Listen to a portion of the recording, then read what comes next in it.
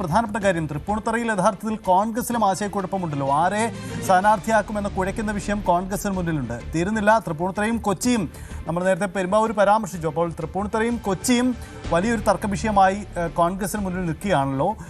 K ബാബുവിൻ്റെ പിൻഗാമിയായി ആര് കളത്തിലിറങ്ങും തൃപ്പൂണിത്തുറയിൽ? കോൺഗ്രസിൻ്റെ ഉത്തരം എന്താണ്?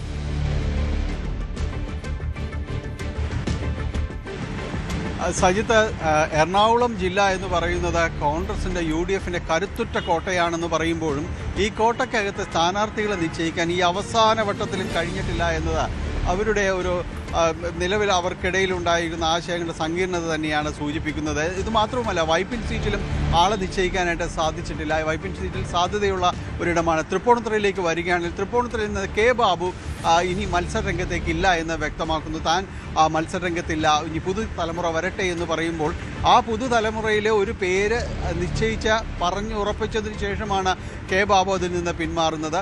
അത് ദീപക് ജോയിയുടേതാണ്. കഴിഞ്ഞ തവണ വൈപ്പിനിൽ മത്സരിക്കുകയും പരാജയപ്പെടുകയും ചെയ്തിരുന്നു.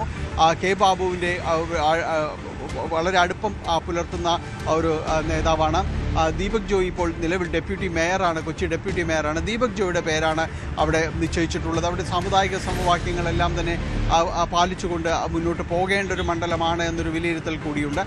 ദീപക് ജോയിയുടെ പേര് നിശ്ചയിക്കുന്നു. പക്ഷേ ഇതുവരെയും ആ പേരിലേക്ക് എത്താനായിട്ട് സാധിച്ചിട്ടില്ല എന്നതാണ്. ദീപക് ജോയിയുടെ പേരിനൊപ്പം തന്നെ എം ലിജു അവിടേക്ക് മത്സരിക്കാൻ വരുമെന്ന നേതൃത്വത്തിൻ്റെ ചില താല്പര്യങ്ങൾ അതിലുണ്ട്. മറ്റ് പ്രാദേശികമായ മറ്റു ചില പേരുകൾ കൂടി, തമ്പി സുബ്രഹ്മണ്യൻ അടക്കമുള്ള KPCC ഭാരവാഹികളുടെ പേര് കൂടി, പള്ളുരുത്തിയിൽ നിന്നുള്ള മുൻ കൗൺസിലറായ തമ്പിയുടെ പേര് കൂടി അവിടെ പറഞ്ഞിരുന്നു. പക്ഷേ ഈ പേരുകളൊന്നും തന്നെ പൂർണ്ണമായി ഫൈനലൈസ് ചെയ്യാനായിട്ട് സാധിക്കുന്നില്ല ഈ അവസാന വട്ടത്തിലും എന്നത് തന്നെയാണ്. നേരത്തെ അജയ് തറയിൽ KPCC ഭാരവാഹി അജയ് തറയിലെ പേര് അവിടെ പരിഗണിച്ചിരുന്നു. പക്ഷേ പിന്നീട് അജയ് തറയിലെ പേര് പൂർണ്ണമായും അതിൽ നിന്ന് ഈ ശബരിമല വിഷയമെല്ലാം തന്നെ വന്നപ്പോൾ തന്നെ അത് മാറിയിരുന്നു. ഇപ്പോഴും ഈ പേര് ആര് മത്സരിക്കുമെന്ന കാര്യത്തിൽ ഇതുവരെയും അത് ഒരു അവസാന വട്ടത്തിലേക്ക് വരാനായിട്ട് കഴിഞ്ഞിട്ടില്ല. ഇപ്പോൾ പറയുന്ന ദീപക് ജോയിയുടെ പേര് കെ ബാബുവിന് അവിടെ ഒരു സേ ഉള്ളതാണ്. അദ്ദേഹത്തിന് ആധികാരികമായിട്ട് അവിടെ പറയാം. മണ്ഡലം വളരെ പരിചിതമാണ് ഒരാൾ കൂടിയാണ്. അപ്പോൾ അദ്ദേഹം അത് നിർദ്ദേശിച്ചിട്ട് പോലും ഇപ്പോഴും അതിലേക്ക് എത്താൻ കഴിയാത്തത് എം ലിജുവിൻ്റെ പേര് അവിടെ ഉന്നയിക്കപ്പെടുന്നത് കൊണ്ട് തന്നെയാണ്. കേന്ദ്ര നേതൃത്വത്തിന് കൂടി അതിലൊരു താല്പര്യം ആ പേരിനോട് ഉള്ളത് കൊണ്ട് തന്നെയാണ്. മാത്രവുമല്ല, ദീപക് ജോയി കഴിഞ്ഞ തവണ വൈപ്പിനിൽ നിൽക്കുകയും അവിടെ നിന്ന് വലിയ ഭൂരിപക്ഷത്തിന് തന്നെയാണ്, അതിൽ നിന്ന് വലിയ വോട്ടിനാണ് ഇതിൽ പരാജയപ്പെടുകയും എല്ലാം തന്നെ ഉണ്ടായത്. നിലവിൽ കൊച്ചി ഡെപ്യൂട്ടി മേയർ കൂടിയാണ്. അപ്പോൾ അത്തരം കാര്യങ്ങൾ കൂടി അതിൽ ചേർത്ത് വായിക്കുന്നുണ്ട്, വിലയിരുത്തപ്പെടുന്നുണ്ട് എന്നത് തന്നെയാണ്. നമ്മൾ കൊച്ചിയിലേക്ക് പോവുകയാണെങ്കിൽ കൊച്ചിയിൽ ഇതുവരെയും സ്ഥാനാർത്ഥി നിർണയത്തിലേക്ക് അടുക്കാനായിട്ട് സാധിച്ചിട്ട് പോലുമില്ല എന്നാണ്.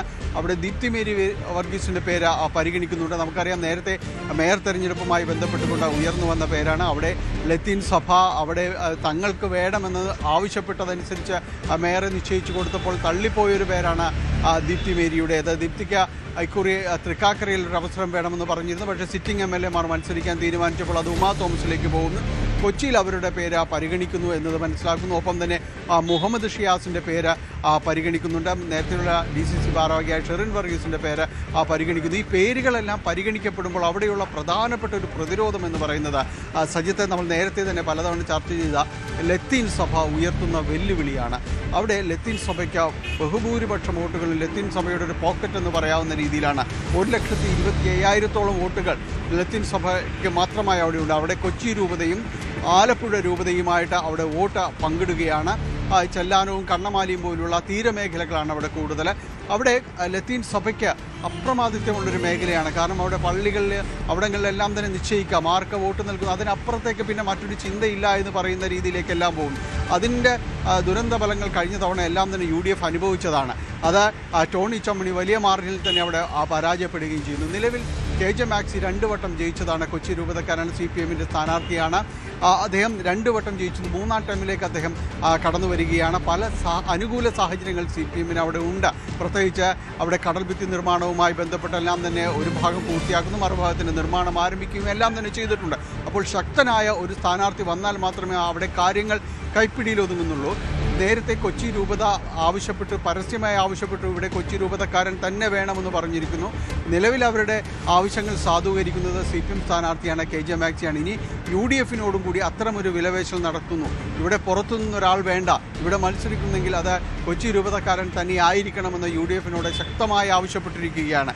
അല്ലെങ്കിൽ മറ്റൊരാൾ തോപ്പുംപടി പാലം കടന്ന് ഇവിടേക്ക് വരേണ്ടതില്ല എന്ന് പോലും അവർ അത് വ്യക്തമാക്കുകയും ചെയ്ത ഒരു സാഹചര്യം കൂടിയുണ്ട്. എന്തായാലും ഇപ്പോൾ മുഹമ്മദ് ഷിയാസിൻ്റെ പേരാണെങ്കിലും ദീപ്തി മേരി വർഗീസിൻ്റെ പേരാണെങ്കിലും ഇവിടേക്ക് കടന്നു ചെല്ലുക, വോട്ട് നേടുക എന്നതെല്ലാം തന്നെ വലിയ ദുഷ്കരമായ ഒരു സാഹചര്യം കൂടി നിലവിലുണ്ട്. ഏതായാലും സ്ഥാനാർത്ഥി നിർണയം ഇതുവരെ പൂർത്തിയാക്കിയിട്ടില്ല. അവിടെയും 2020-ക്കാണ് സീറ്റ് നൽകിയിരിക്കുന്നത്, NDA നൽകിയിരിക്കുന്നത് എന്നാണ് മനസ്സിലാക്കുന്നത്. കഴിഞ്ഞ തവണ വളരെ മികച്ചൊരു വോട്ട്, ഏതാണ്ട് 18,000-ഓളം വോട്ടുകൾ അവിടെ 2020-ക്ക് സ്കോർ ചെയ്യാനായിട്ടെല്ലാം തന്നെ സാധിക്കുകയും ചെയ്തിട്ടുണ്ട്. അവർക്കായിരിക്കും സ്വാഭാവികമായും അവിടെയും പരിഗണന നൽകുക എന്ന് തന്നെയാണ് മനസ്സിലാക്കാനായിട്ട് സാധിക്കുന്നത്. ഏതായാലും UDF-നെ സംബന്ധിച്ചിടത്തോളം, കോൺഗ്രസിനെ സംബന്ധിച്ചിടത്തോളം പ്രധാനപ്പെട്ട ഈ സീറ്റുകളിലൊന്നും സ്ഥാനാർത്ഥിയെ നിശ്ചയിക്കാൻ അവർക്ക് സാധിച്ചിട്ടില്ല എന്നത് അവർ ചെന്നുപെട്ടിട്ടുള്ള ഈ ചർച്ചകളുടെ സങ്കീർണതകളുടെ ആഴം തെളിയിക്കുന്നതാണ്. സജിത്ത്, അതാണ് കോൺഗ്രസിലെ തർക്കം. തൃപ്പൂണിത്തറയിലും ഒപ്പം കൊച്ചിയിലും അടക്കം വെല്ലുവിളികൾ ഏറെയുണ്ട് എന്നതാണ്. എന്തായാലും അത് സംബന്ധിച്ച ധാരണകളിലേക്ക് പോകാനാണ് കോൺഗ്രസിൻ്റെ ശ്രമം. ഇന്ന് ഈ സ്ഥാനാർത്ഥിത്വം പ്രഖ്യാപിക്കുമ്പോൾ ഉയരുന്ന ചോദ്യവും അതുതന്നെയാണ്. കൂടുതൽ വാർത്തകൾക്ക് News 18 Keralam YouTube channel subscribe ചെയ്യുക.